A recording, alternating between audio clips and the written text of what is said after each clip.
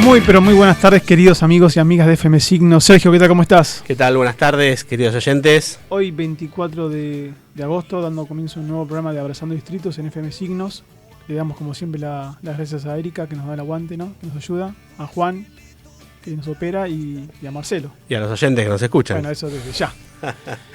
Sergio, hoy estamos con un programón, como siempre. Un programón, la verdad que es un programa interesante para que escuchen todos los ciudadanos de Vicente López. Hoy, aparte de ser un programa político, va a ser una especie de instrucción cívica, ¿no? Volver al secundario.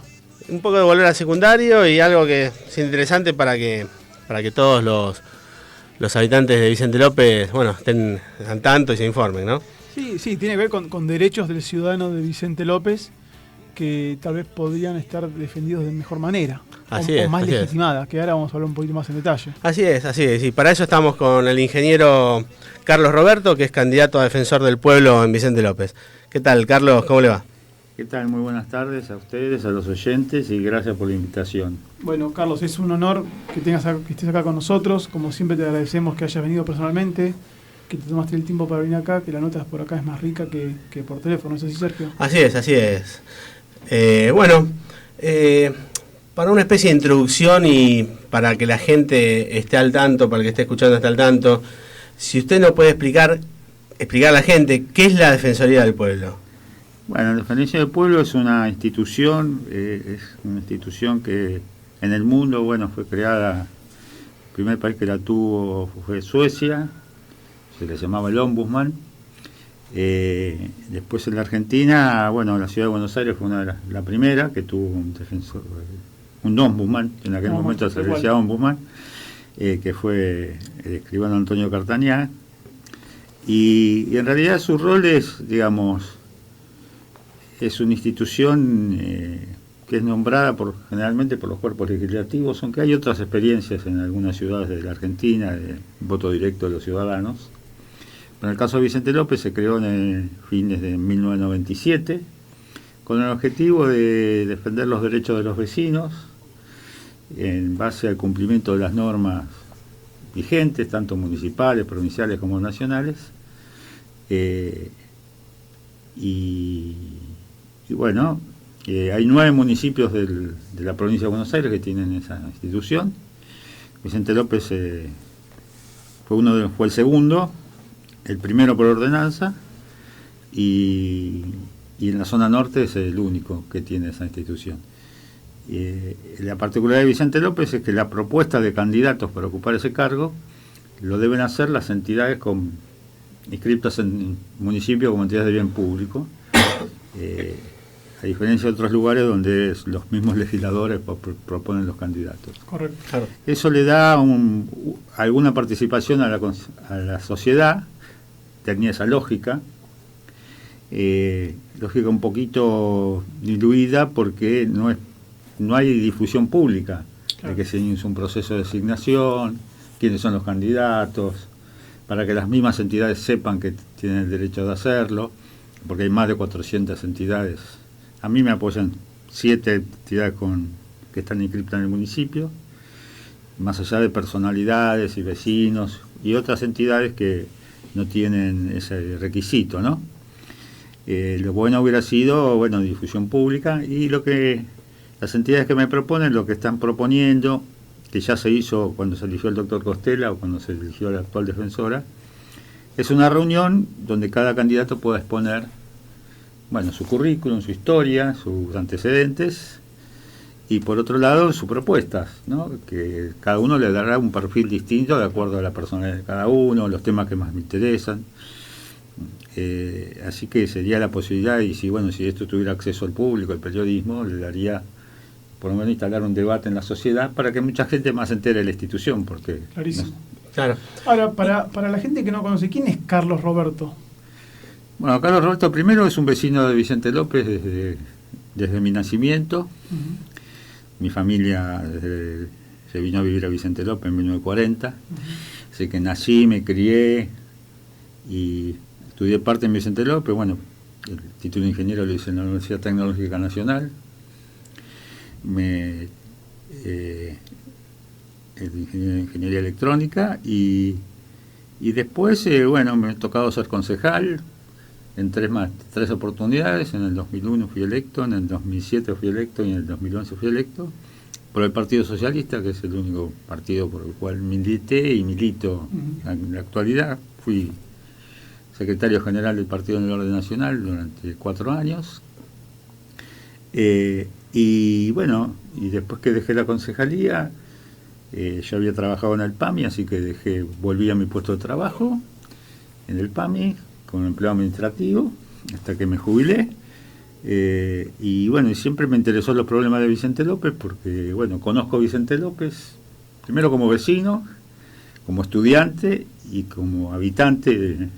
Sí, y como concejal también, porque la verdad que tener en la espalda 3 mandatos. Yo consideré siempre que un concejal debía dedicarse full time a su función, cosa que no siempre ocurre, ¿no?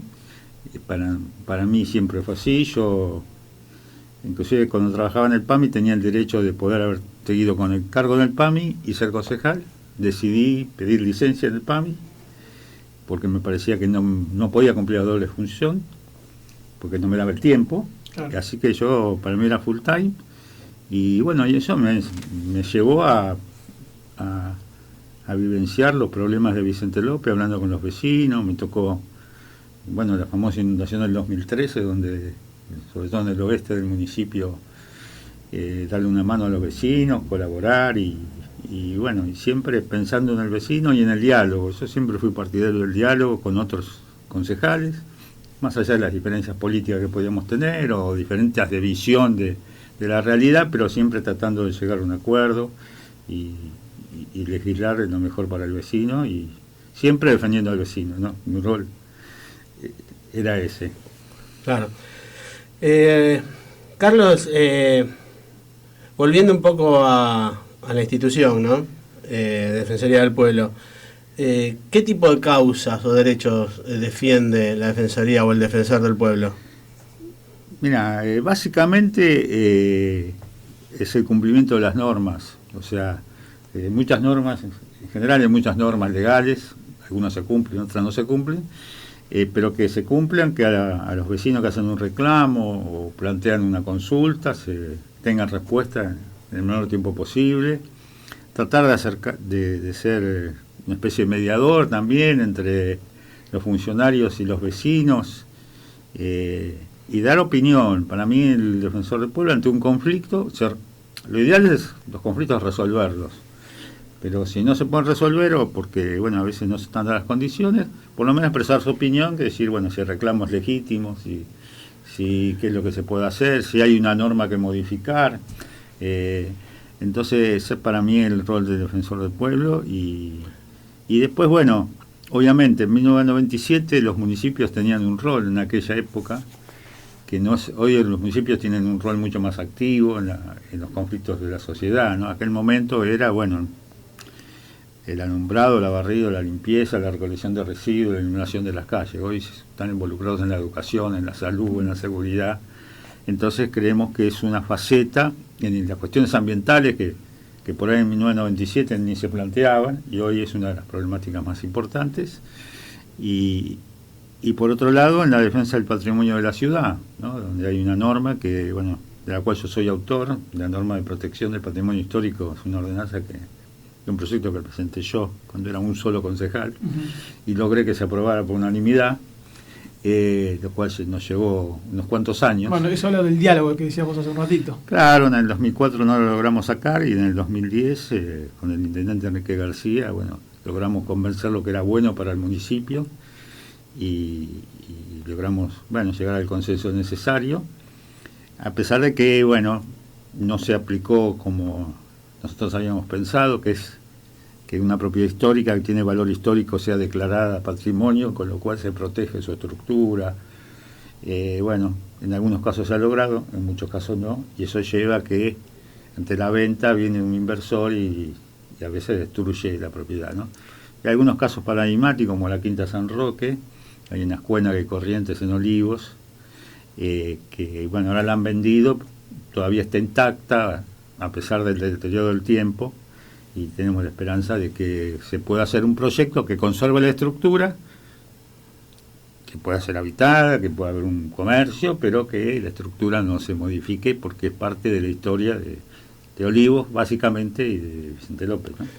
Carlos, la Defensoría del Pueblo, ¿interviene entre conflictos entre privados o es solo entre el municipio y...? No, ha creado dentro de la Defensoría una institución que es el Centro de Mediación Comunitaria, porque hay conflictos entre privados, entre vecinos, por una medianera, por un árbol. En realidad el municipio, el conflicto de medianera, no tiene mucho que hacer.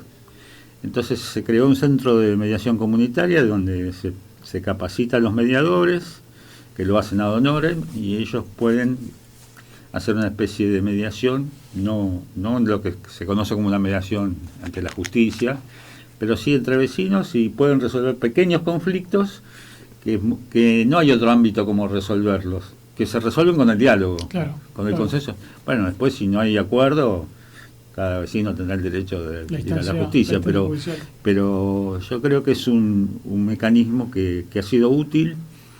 A mí me ha tocado conocer algunos casos donde se han encontrado soluciones en un conflicto entre un vecino y otro por una medianera o por una construcción que lo perjudicaba, más allá de que la construcción estuviera legalmente hecha, pero igual tenía un impacto en el vecino y se lograba resolver el conflicto, ¿no? Carlos, al comienzo de la charla manifestabas la impronta que cada uno le puede dar como el rol que tenés a cargo, que vas a tener a cargo si Dios quiere y los legisladores acompañan.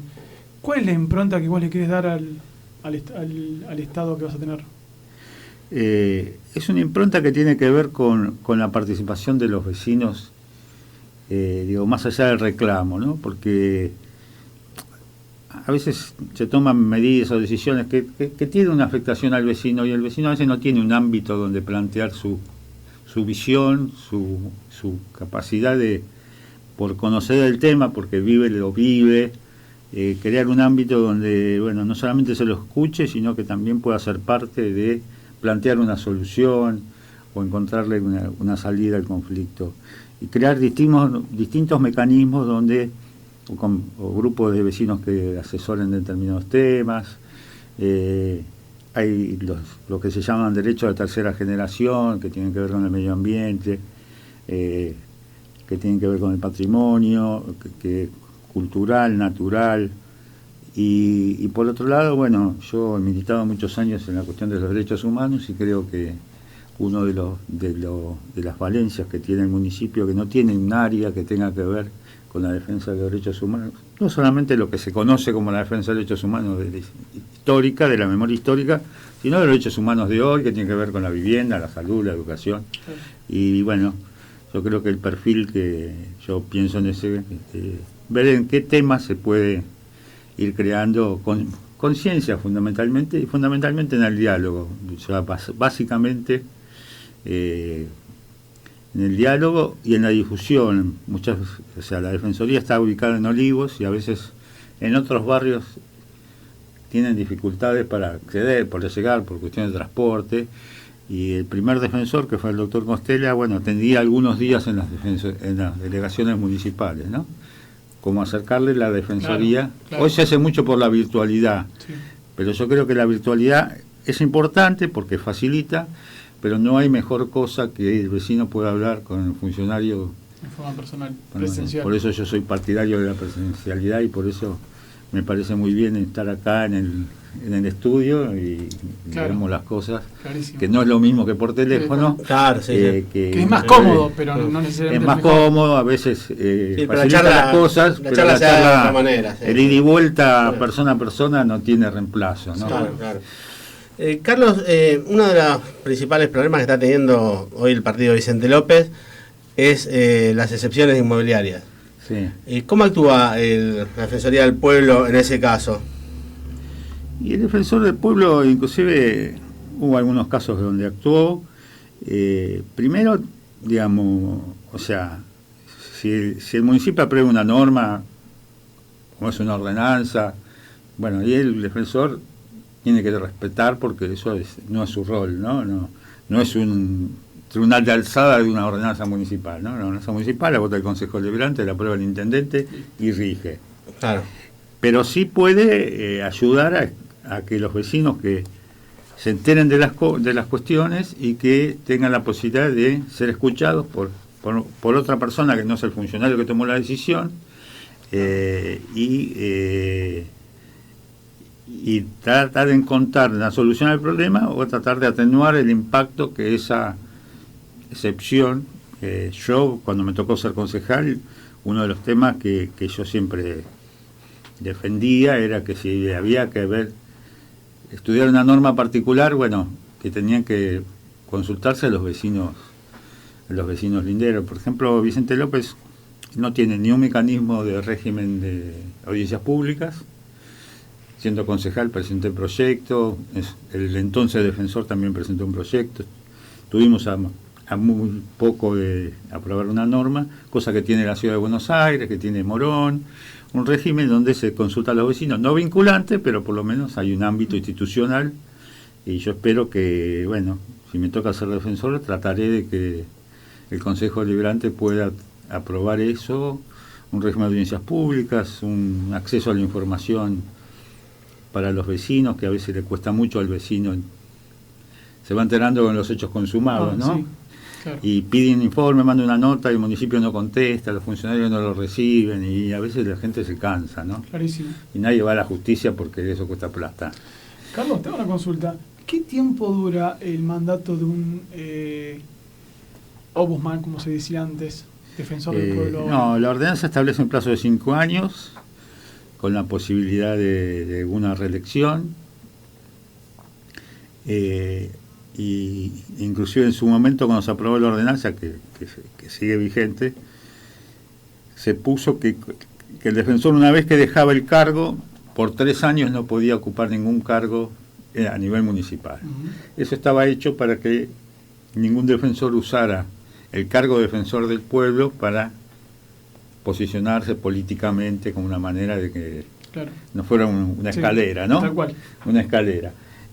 Terminaban y pasar 3 años y recién después, por más que desde el punto de vista constitucional alguno podría decir, bueno, todos los ciudadanos tenemos los mismos derechos, pero me parece que eso fue y en la presentación que nosotros hemos hecho junto con las entidades al Consejo Deliberante, yo declaro que en el caso que me tocara ser defensor del pueblo iba a cumplir esa norma, ¿no? Porque estoy convencido que, primero, que las normas hay que cumplir, y segundo, que es bueno ese mecanismo, porque en el caso de Vicente López, el defensor del pueblo no puede tener ninguna actividad profesional ni comercial dentro del distrito mientras ejerce el cargo de defensor del pueblo. Limitación que no tienen ni los concejales. Un concejal puede tener un comercio y ser concejal del mismo municipio. En el caso del defensor del pueblo, si es abogado, tiene que suspender la matrícula. Si es contador, tiene que suspender la matrícula. Y si tiene un comercio, tiene que dejar de explotar comercialmente. Creo que eso es bueno para evitar el conflicto de intereses. ¿Y eso se da?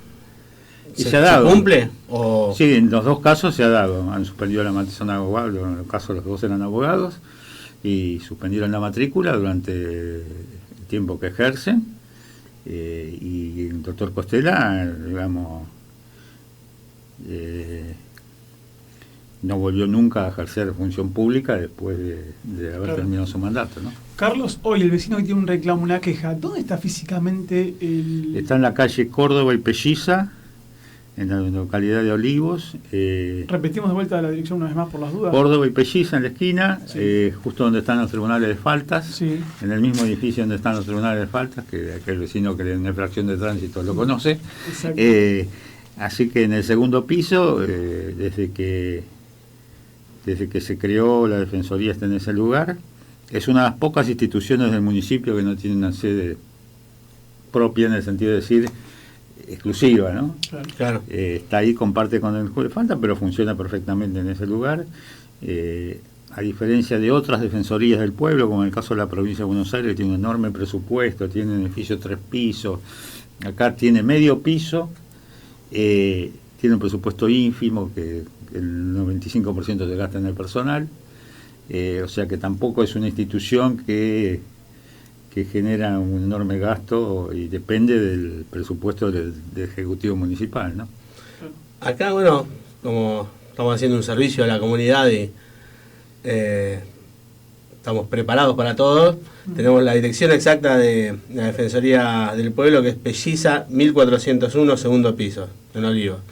Y el teléfono de la Defensoría es 4799-5119 o 5127. ¿Lo repetimos el teléfono una vez más? 4799-5119 o 4799-5127 o 4799-5146. No, y aparte tienen la posibilidad de, inclusive, si tienen que hacer alguna denuncia o algo, lo puede hacer de forma virtual, a través de las redes sociales.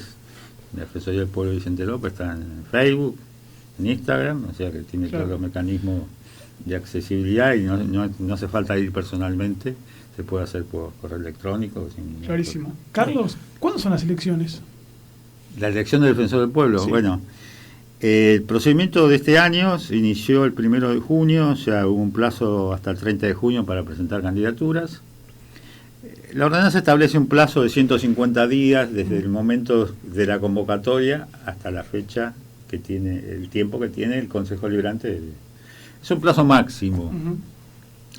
Si cumplimos el plazo de 150 días, estamos hablando del 1 de noviembre. Puede hacerlo antes, ¿no? O sea, hay un tiempo que la comisión que estudia el tema, que se llama Comisión de Enlaces, que integran todos los bloques políticos del Consejo Deliberante y la presidenta del Consejo, tiene que pedir informes a la justicia electoral, a ver si está registrado en Vicente López, sin antecedentes penales. Tiene que verificar que las entidades que lo proponen cumplan los requisitos que establece la ordenanza y que el candidato cumpla los requisitos que establece la ordenanza, y después la comisión de enlace tiene que hacer un dictamen, y una vez que hace el dictamen hay 30 días desde que hace el dictamen hasta que se haga la sesión.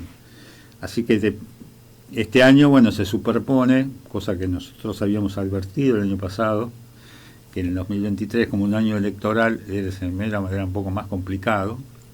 Por eso medio se superpone con el proceso electoral, aunque ahora hay medio un bache en el proceso electoral. Por eso estamos tratando de difundirlo justo en estos tiempos donde todavía no está la campaña electoral por las elecciones de octubre su máxima expresión. Sí, podría ser antes de octubre, porque los tiempos dan, depende de la voluntad del Consejo Deliberante, y si no, tienen que hacerlo antes del 1 de noviembre, ¿no? ¿Y hoy la terna cómo está? ¿Cuántos candidatos están postulando? A ver, en principio hay 3 candidatos. Digo en principio porque no hay información oficial. No hay información oficial. No se publicitó la convocatoria, salvo que se puso un aviso en La Nación, pero no, la gente normalmente no compra el diario en papel. No está en la página del Consejo Deliberante, no está en la página del municipio. O sea que, y tampoco hay un comunicado de prensa o una información periodística que el Consejo Deliberante diga estos son los candidatos, se presentaron, una información. Así que lo que sabemos es lo que hablamos con los concejales, lo que hablamos en el Consejo Deliberante. Yo los conozco a la mayoría, tengo buen diálogo con todos, así que me voy enterando, los vecinos se van enterando. En principio, bueno, está Guillermo López, que lo propone un centro de estudios históricos de la localidad de Olivos, y María Estela Palumbo, que es una de las mediadoras comunitarias. No sabemos, en el caso de los otros dos, si cumplen los requisitos que establece la ordenanza, tanto en las instituciones como el candidato. En mi caso, bueno, como yo ya fui candidato en 2 oportunidades, eso... Claro. Cumplir las 2 veces, no, porque no voy a cumplir ahora, las instituciones son casi las mismas, ¿no? Claro. Bueno, como bien dijimos antes, la elección se da mediante el Consejo Deliberante, o sea que los concejales eligen a qué candidato más le gusta o qué candidato tiene mejores cualidades para ejercer. Sí, porque tiene que haber un dictamen de la Comisión de Enlace que digan estos candidatos cumplen los requisitos. Claro, pero a partir de ahí el Consejo Deliberante es el que elige. Y el Consejo Deliberante, a través de una votación, en una sesión especial, una sesión pública especial, vota. Sí, sí. En oportunidades anteriores, cuando había varios candidatos, bueno, se dice, estos son los candidatos y cada concejal decide por quién votar. En el 2021, que yo era el único candidato, bueno, decidían por sí o por no, porque claro, es muy sencillo, ¿no? Digamos, no.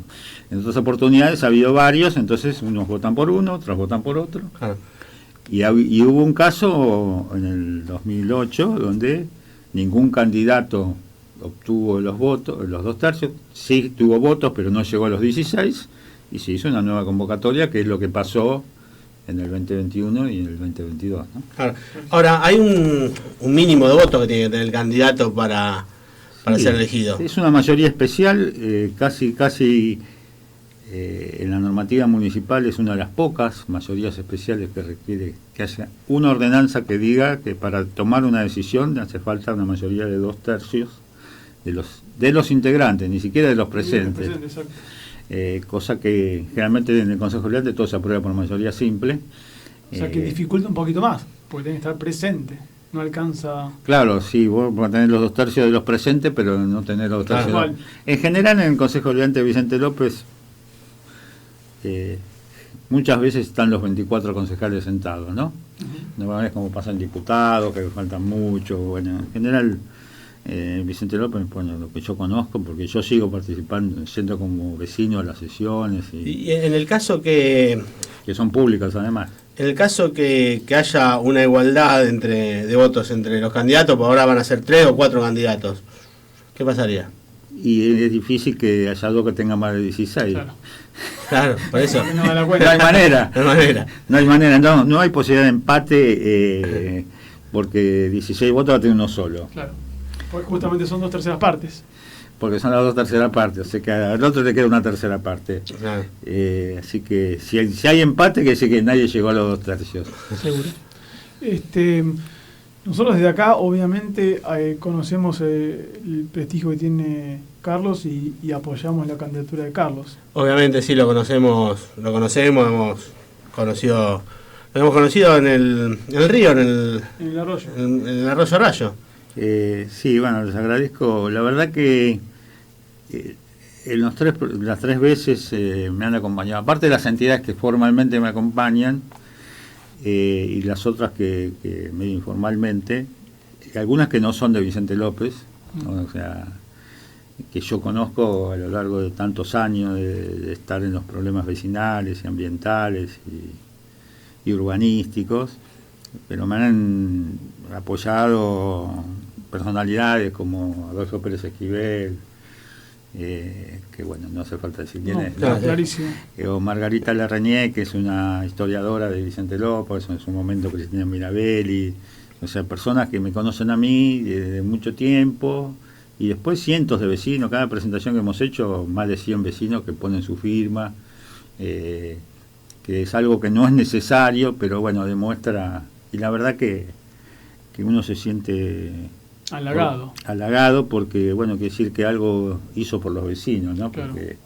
Y eso me parece que es importante, y uno lo halaga, la verdad, y le agradece eternamente, como se lo he dicho más de uno, eternamente, sea electo o no sea electo, eso quedará en mi archivo personal, porque, bueno, quiere decir que, bueno, uno ha sembrado algo, y en otros sectores políticos, porque me apoyan personas de distintos orígenes políticos, no es que coincidan por ahí con algunas opiniones políticas que yo pueda tener o haya tenido en el pasado, pero me respetan, inclusive funcionarios del mismo municipio. Hasta ahora, bueno, obviamente el intendente ha sido presidente de este proceso, tanto en el 2021 Macri y el 2022 Soledad Martínez, y seguramente no va a expresarse públicamente por ningún candidato porque tiene que decidir el Consejo Deliberante, pero algunos funcionarios me conocen en mi gestión como concejal, y más allá de que no han compartido algunas de sus opiniones mías, siempre hay un respeto personal, porque yo siempre he tratado de no mezclar las opiniones políticas con las cuestiones de relaciones personales, ¿no? Uno puede tener muchas diferencias políticas, pero hay que respetar al otro, y yo siempre respetaba al otro, aunque uno a veces esté enojado y con mucha bronca. Claro. Carlos, te hacemos una pregunta a nivel nacional, porque me manifestaste que militaste para el socialismo. ¿Cuál es tu mirada de las elecciones que acabamos de transitar hace escasos 10, 12 días? Mira, yo tengo mucha preocupación, que la verdad que después de 40 años de democracia, yo calculaba que algunos debates ya no... Estaban saldados. La verdad que discutir algunas cosas que yo pensaba que estaban saldadas, como tiene que ver cuál es el rol del Estado, la salud pública, la educación pública. Yo me crié en la educación pública, yo soy jubilado, me atiendo por PAMI.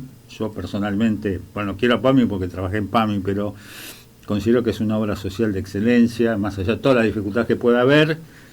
Cualquier persona tiene dificultades con las prepagas, con el hospital público. La verdad que, y yo creo que hay algunos debates que estaban cerrados, cuál es el rol del Estado, para mí era cosa que estaba ya saldada, y veo que no, que hay algunos que plantean determinadas cosas. Yo creo que hay un enojo social muy grande, muy justificado, porque la situación económica y social es muy difícil, muy dura, y entonces creo que se justifica la bronca, pero la mejor manera de dar bronca, porque hay que pensar en el país, ¿no? O sea, qué país va a haber después del 10 de diciembre, ¿no? Porque nadie es eterno, y entonces, bueno, tenemos que pensar si el país que después de diciembre va a ser mejor del que tenemos o va a ser peor. Entonces, bueno, yo le pido a los ciudadanos que a conciencia decidan lo que les parece mejor, estudien las propuestas, analicen lo que proponen y estudien la historia de cada uno, ¿no? Porque por eso yo estoy muy tranquilo, porque cualquiera puede investigar cuál ha sido mi trayectoria y la verdad que no tengo... Seguramente he cometido muchos errores, como cualquier ser humano, pero siempre en el sentido de buscar la solución a los problemas. Así que estamos en una etapa complicada, no solamente en la Argentina, pero la situación económica en la Argentina es muy grave, y se veía hoy con lo del BRICS, ¿no? O sea, una cosa de un convenio internacional entre países que sea motivo de un debate cuestionando la visión política de un país, ¿no? Es de locos, porque lo que manifestaste es verdad, Carlos. Argentina está entrando al BRICS, y si Milei llegase a ganar en diciembre se está yendo del BRICS. Es algo de loco. Sí, es como el Mercosur, decir que no va a comerciar con Brasil. Brasil es el principal país que exporta a la Argentina, empresas que dependen de la exportación a Brasil o de la importación a la exportación de Brasil. Un diplomático en una oportunidad me dijo, bueno, yo entiendo las visiones sobre la política de otro país, pero la relación comercial, y además porque uno no puede comerciar entre una empresa argentina y una empresa brasileña, no pueden comerciar si no hay un convenio de país a país. No existe el comercio internacional sino un convenio de país a país, que dice que es distinto o no conoce y aparte que la realidad. Estos convenios trazan un marco legal para después ejecutar los contratos. Sí, porque o te bajan los aranceles o te dan más financiamiento. Las empresas chinas, la mayoría de las empresas chinas son del Estado chino. O sea, si vos no haces un convenio con el Estado chino, no hay exportación a China. Claro. Y hay actividades que su principal actividad es exportarle a China, ¿no? Clarísimo. Pero bueno, a veces creo que hay mucha propuesta de ocasión y poca seriedad. Carlos, una vez más te agradecemos enormemente que te hayas tomado el tiempo de venir a la radio, de contarnos esta situación que está atravesando el municipio de Vicente López con el defensor del pueblo. Y claro que queda el micrófono abierto, ¿no, Sergio? Estamos a la orden, como siempre. Y repetimos, apoyamos desde Abrazando Distritos la candidatura de Carlos Roberto, ¿es así? Así es. Bueno, yo acá les dejo la propuesta por escrito, lo que hemos presentado en el Consejo Deliberante, para que la tengan. Perfecto. Cualquier consulta, duda, y seguramente en el caso de que se haga la sesión les avisaremos. ¿Cómo no? Con gusto iremos a cubrir la nota.